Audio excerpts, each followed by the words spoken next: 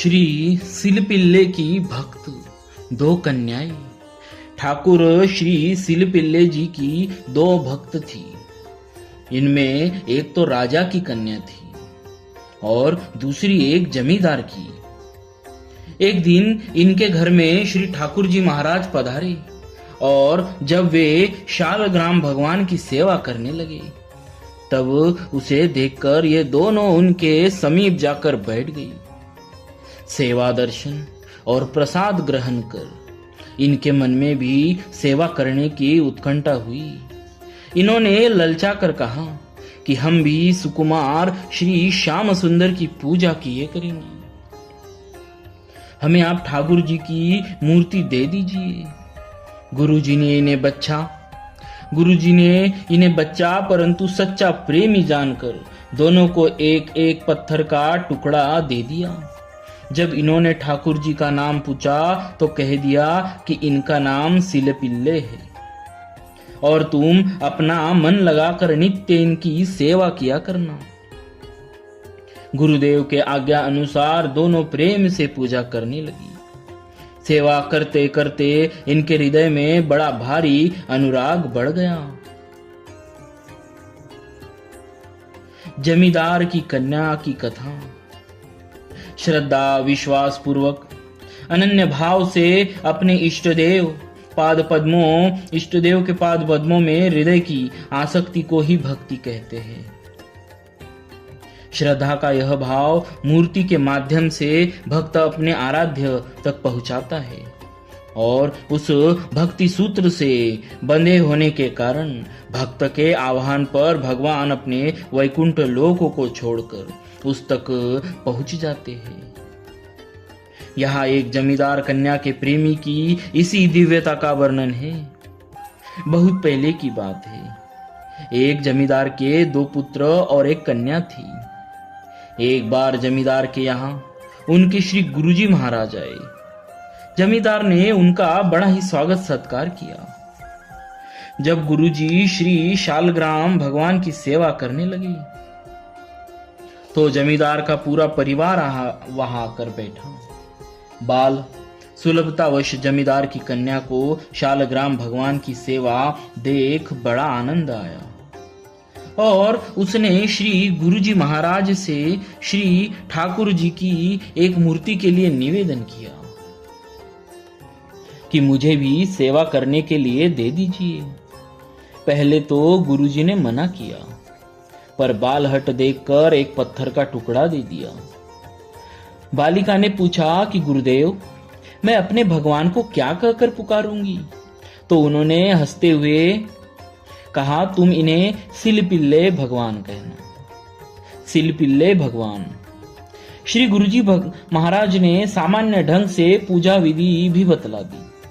अब वह जमींदार की कन्या नित्य बड़े ही प्रेम और भक्ति भाव से अपने सिलपिल्ले भगवान की सेवा पूजा करने लगी। धीरे धीरे उसे इस कार्य में इतनी रुचि हो गई कि सिलपिल्ले भगवान की पूजा करने के अतिरिक्त उसका किसी अन्य कार्य में मन ही न लगता। भगवान को भी उसकी सेवा पूजा में बहुत आनंद आता क्योंकि उन्हें तो केवल हृदय का शुद्ध भाव ही चाहिए। वे उस पत्थर के टुकड़े की गई पूजा को ही अपनी पूजा स्वीकार कर लेते थे। कालांतर में जब जमींदार की मृत्यु हो गई तो उसके दोनों पुत्र अलग अलग रहने लगे।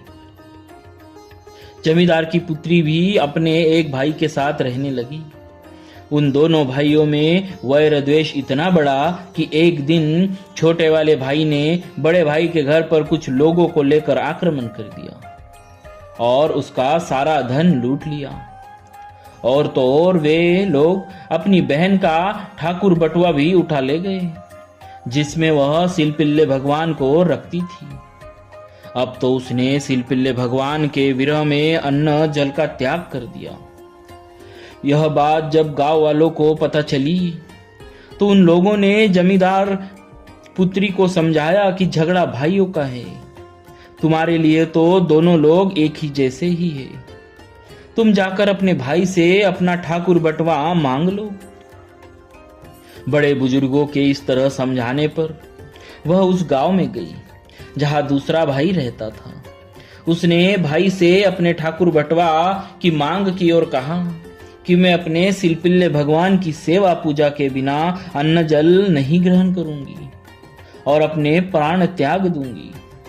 यह सुनते ही भाई ने कहा, तुम घर में जाओ, वहां सभी ठाकुर जी एक ही स्थान पर विराजमान हैं।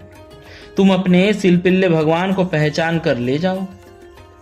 भाई के पास ही एक व्यक्ति और बैठा हुआ था। उसने व्यंग करते हुए कहा कि यदि तुम्हारा अपने सिलपिल्ले भगवान से इतना ही प्रेम है तो अंदर जाने की क्या जरूरत है, उन्हें ही अपने पास बुला लो। अब तो उस जमींदार की कन्या के नेत्र अश्रुपूर्ण हो गए। उसके प्रेम और भक्ति पर यह व्यंग था। उसके प्रेम और भक्ति पर यह व्यंग था। उस समय उसके हृदय में वे ही भाव उत्पन्न हुए जो ग्रसित गजेंद्र या दुशासन द्वारा अपमानित हो रही द्रौपदी के हृदय में उत्पन्न हुए थे। उसने प्रार्थना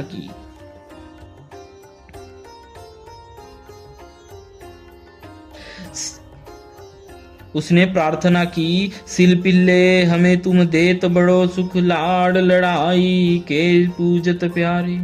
कौन सी चूक भई हम सो प्रभु, जो तुम रहे आज नियारे।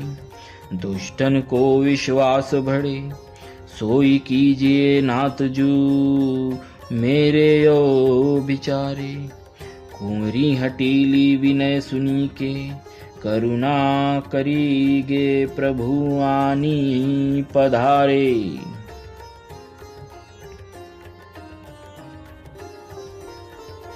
उसने प्रार्थना की कि प्रभु मेरे प्रेम की लाज जा रही है, उसकी रक्षा करो प्रभु। घटघटवासी भगवान उस अनन्य भक्तों से भला कैसे दूर रह सकते।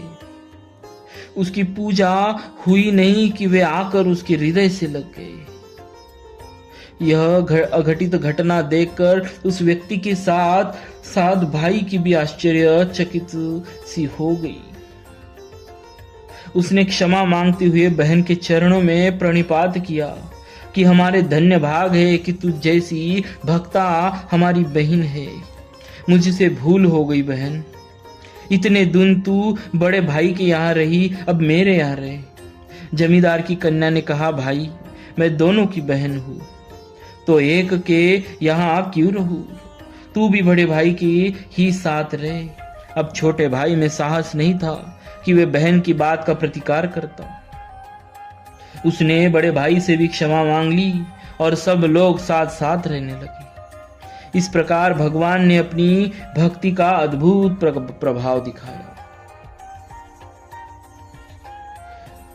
बोलिए भक्तवत्सल श्री भगवान की जय।